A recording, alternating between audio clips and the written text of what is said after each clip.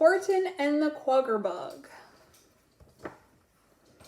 It happened last May on a very nice day.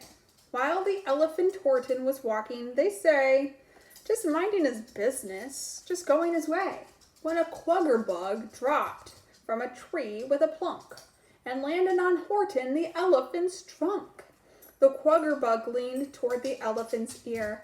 Perhaps you are wondering, he said, why I'm here. Well, I've got a secret, he whispered. I know, of the bezelnut tree where some bezelnuts grow.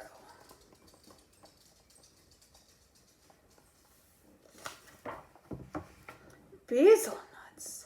Horton looked up with wide eyes. Bezelnuts. This was a happy surprise. For of all the nuts in that jungle to eat, the nut of the bezel by far was most sweet. But why, Horton asked, do you tell this to me? Well, you see, the bug answered, my bezelnut tree is rather far off, and I'm not very strong. I'd get there much quicker if you came along. So I'll make you a deal that I think is quite fair. You furnish the legs, and you carry me there. I'll furnish the brains, show the way to the tree, then half of the nuts are for you and half for me. A deal, Horton said with a smile on his face.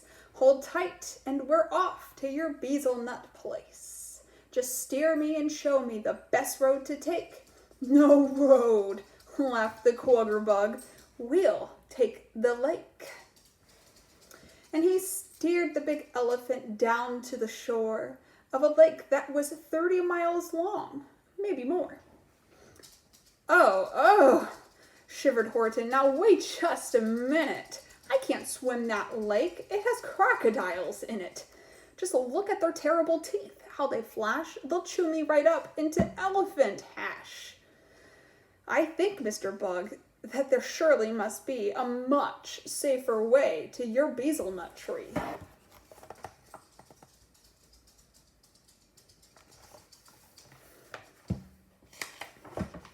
Now, said the Kwuggerbug, don't start to squeal. You promised you'd go, and a deal is a deal.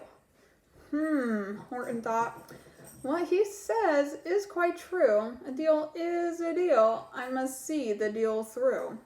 So bravely the elephant dived in that pond, and he swam for the shore far beyond, while the crocodile snapped and attempted to eat his tail and his ears and the soles of his feet. They nipped at his knees and they nabbed at his chin, and he thought as he fought that he never would win. But he swam and he swum and he held his trunk high, with the Kwuggerbug on it, quite safe and dry. A terrible fellow, that Kwuggerbug guy. Just sat there and bossed him. You hustle, now hustle. I furnish the brains and you furnish the muscle. So, from 10 in the morning till 2:15, poor Horton fought on till he finally got through to the side of the lake where the bezelnuts grew. He crawled from the water, tired, battered, and wet. Now where? Horton asked. There's nuts that I can't. Oh, laughed the Kwuggerbug. You're not there yet. Climb that, said the bug, pointing up in the sky at a terrible mountain 9,000 feet high. Climb that? Horton gulped.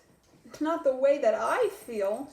Tut tut, said the bug. Now a deal is a deal.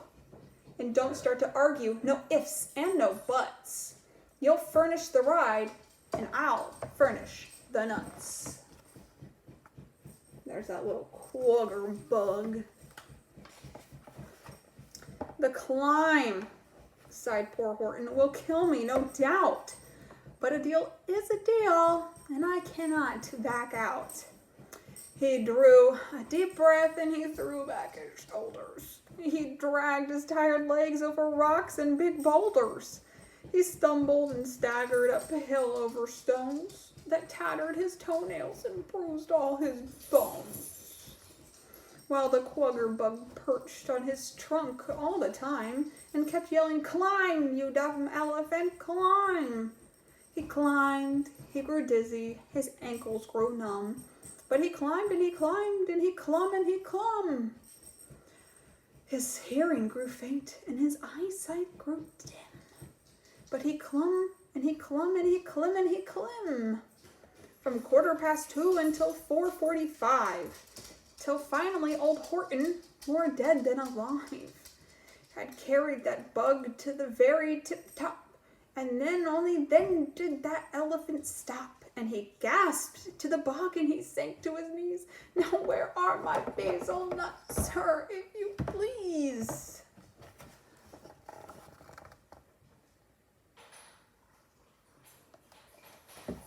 Poor Horton. Right there, said the bug. Horton looked, it was true. 'Twas the basil nut tree where the basil nuts grew. But bug, Horton moaned, we're here, and they're there. Way out on that peak, and between us is air. Now how can I get through that space in between? I can't walk on air, if you see what I mean. A deal is a deal, snapped the bug. I'm the boss. You stretch out your trunk, and you put me across. Stretch, Horton, stretch, yelled the bug. So he stretched. He stretched it 2 feet, but it still wouldn't touch. Streech, Horton, streech, yelled the bug. So he streeched. It hurt him really badly, but finally it reached. At last, sang the Kwuggerbug, chuckling with glee, and he slid down the trunk to his basil nut tree.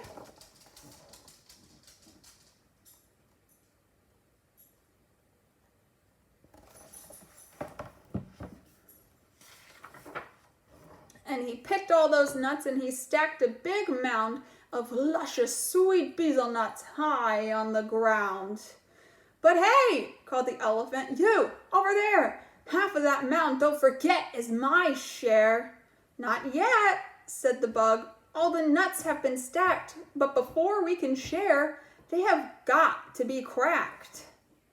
So he cracked all the nuts. Then he said with a laugh, a deal is a deal, and I'm giving you half.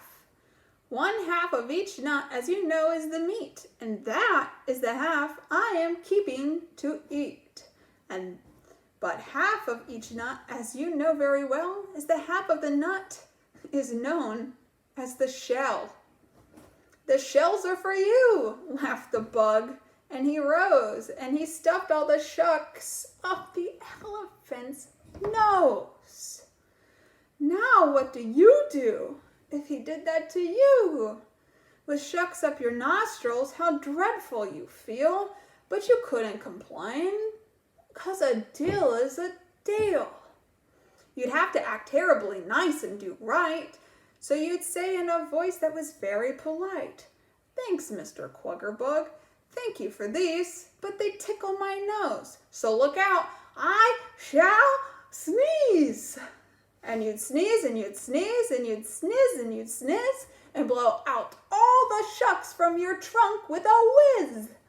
So the way Horton did, 'cause they blew out of his, and they blasted that Kwuggerbug so far away that he sailed through the air for the whole month of May. And didn't come down till the 15th of June, all tattered and torn in the late afternoon. At a place that's so far, now he never can go to his basil nut tree where the basil nuts grow.